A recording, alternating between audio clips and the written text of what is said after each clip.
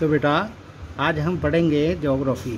ठीक है, हमें पढ़ना है types of resources on the basis of region, biotic resources, abiotic resources. मतलब वो रिसोर्सेज जो हैं जो हमारी ज़रूरत की, हमारी नीड्स को पूरा करते हैं, वो कहाँ से आते हैं, उनका ओरिजिन क्या है।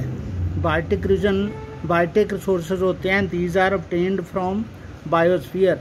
मतलब बायोस्फीयर का मतलब plants and animals and have life such as human beings, flora and fauna. Flora का मतलब होता है प्लांट्स, फौना का मतलब होता है एनिमल्स। फिशरीज, लाइफ स्टॉक, पशु जानवर, घोड़े, ऊँट, सारे जानवर जो होते हैं, वहाँ से जो चीज़ें हमें आती हैं उनको बाल्टिक रिसोर्सेज कहते हैं।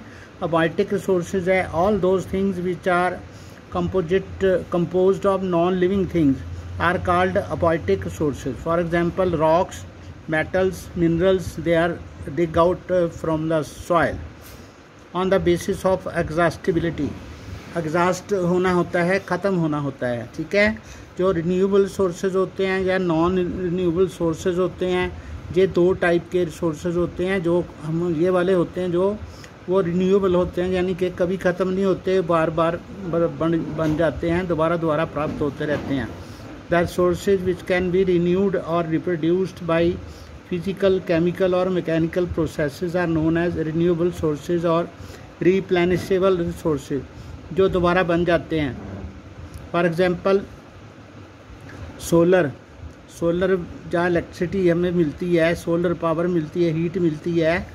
और wind energy, water, forest and wild life जो है, ये पूर्ति इनकी हो जाती है, तो ये कभी ख़त्म नहीं होते, दोबारा हम इनको रिन्यू कर सकते हैं। तो ऐसे जो रिसोर्सेज होते हैं उनको रिन्यूएबल सोर्सेज कहते हैं। Non renewable sources these occur over a very long geological time.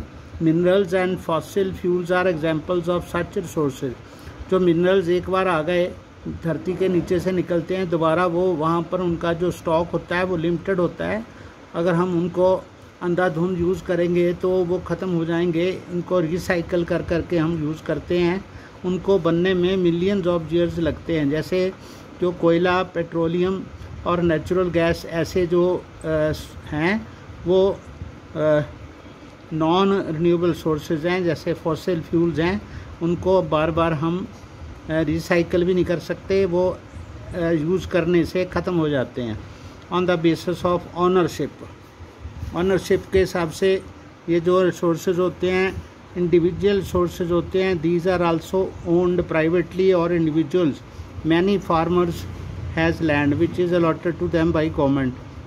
किसानों के पास ज़मीन है, वो उनकी अपनी है, तो उनके ऑनर वो हैं, तो वो उसके लिए सरकार को टैक्स देते हैं। गाँव में जो लोग हैं उनकी ऑनरशिप के हिसाब से कई लैंडलेस हैं। Urban people own plots, houses and other properties. Plantation होती है, उनकी पास्चर लैंड्स होते हैं, पॉन्ड्स होते हैं, वाटर इन वेल्स एक्सेट्रा। ये ऑनरशिप के हिसाब से इंडिविजुअल रिसोर्सेज होते हैं। कम्युनिटी रिसोर्सेज है, जैसे एक मोहल्ला है, वहाँ पर पार्क है। There are resources which are accessible to all the members of community. Village common grazing ground होती है। बरियल ग्राउंड जहाँ पर हम शव दफनाते हैं या शव जलाते हैं। विलेज पॉन्ड्स, यहाँ पर सभी अपने जानवरों को पानी पिलाने के लिए लेके आते हैं। Public parks, picnic spots